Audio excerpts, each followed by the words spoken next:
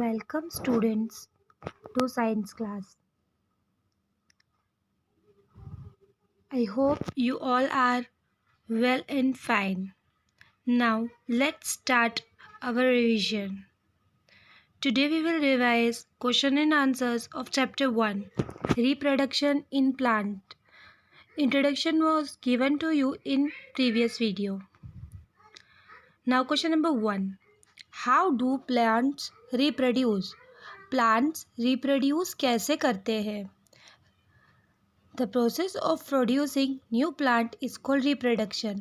अब ये तो हमें पता है कि reproduction क्या होता है. Reproduction क्या होता है? Producing new plant, नया plant बनना, उसे reproduction of plant कहते हैं. They reproduce by stem. कैसे reproduce होते हैं वो? कुछ stem से reproduce होते हैं, कुछ roots से reproduce होते हैं, कुछ seeds से reproduce होते हैं और कुछ leaves से भी reproduce हो सकते हैं. Now next question. How do plants grow from stem cells? Give the names of two plants which grow from stems. अब stem से कैसे grow होते हैं plants? आपको पता है, आपने कभी एग्जाम्पल देखा भी होगा. कई बार ऐसा होता है कि कुछ प्लांट्स ऐसे होते हैं जो कि स्टेम से ही रिप्रोड्यूस करते हैं. स्टेम से रिप्रोड्यूस करते हैं मतलब जो स्टेम है उसकी कटिंग, उसको कट करके नीचे से थोड़ा छिल के और सॉइल में लगा देते हैं, तो जिससे क्या होता है कि वो रिप्रोड्यूस होता है. ठीक है, फिर नया प्लांट आ जाता है. तो when stem cuttings are put into soil, the birds grow into new plant. तो अब जो छोटे बर्ड्स होते हैं वो एक न्यू प्लांट में कन्वर्ट हो जाते हैं.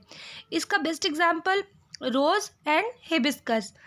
रोज़ में ऐसे बहुत सारी वेराइटीज़ भी की जाती है.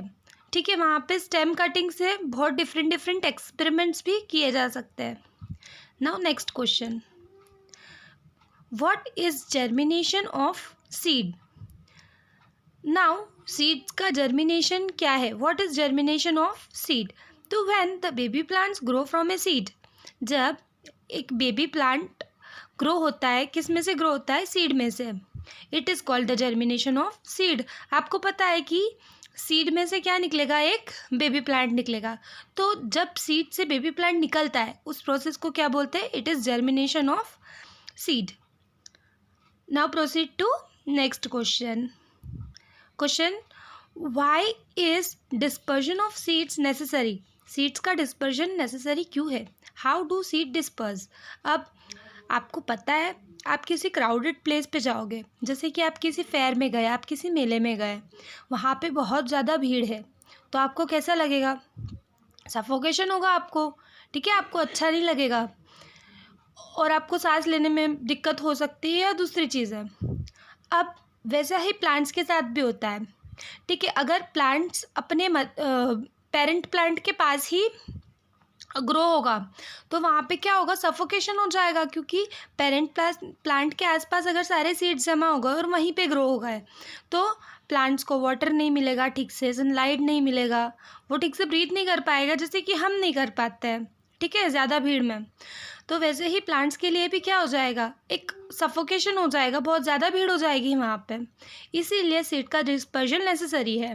ठीक है, dispersion of seed is necessary for growth and survival of seed. Seed के ग्रोथ बढ़ने के लिए और उसके रहने के लिए, survival of seed.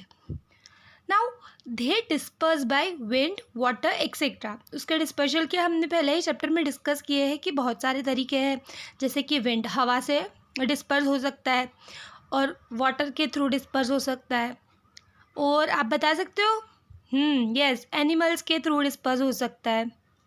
So dispersion can be done by many ways. Next question. What are crops? Crops क्या होते हैं? What are the different types of crops? Give 2 examples of each. अब क्रॉप्स क्या होते हैं ये हमने भी पहले भी पढ़ा था कि क्रॉप्स वो उन फूड को क्रॉप्स बोलते हैं जो हम खा सकते हैं. ठीक है, जो हम अपने खाने के लिए ग्रो करते हैं, वो क्या होते हैं? It is crops. मैंने आपको एग्जांपल दिया था, जैसे कि कोई वेजिटेबल्स हो गया, ठीक है, और rice, wheat. Now crops India में मेनली 2 टाइप्स के होते हैं, एक रबी क्रॉप्स और एक खरीफ क्रॉप्स। रबी क्रॉप्स का एग्जाम्पल है राइस और ज्वार। खरीफ क्रॉप्स के एग्जाम्पल है wheat and gram. Now next, why we add chemical fertilisers to soil. अब हम केमिकल फर्टिलाइजर्स को सॉइल में क्यों ऐड करते हैं? अब हम केमिकल फर्टिलाइज़र्स को सॉइल में बहुत सारे रीज़न से ऐड कर सकते हैं, जैसे कि अपनी क्रॉप्स को दूसरे इंसेक्ट से बचाने के लिए, दूसरे जानवर जो क्रॉप्स को हार्म करते हैं उनसे बचाने के लिए। और इसका रीज़न क्या हो सकता है? To get good yields of crop, अच्छी फसल पाने के लिए हम उसे ऐड कर सकते हैं, गुड यील्ड्स ऑफ क्रॉप। तो हम इसमें क्या लिखेंगे? To get good yields of crops. Okay, I hope you have understood all the question and answers. और अब आपको क्या करना है? You have to learn all the question and answers.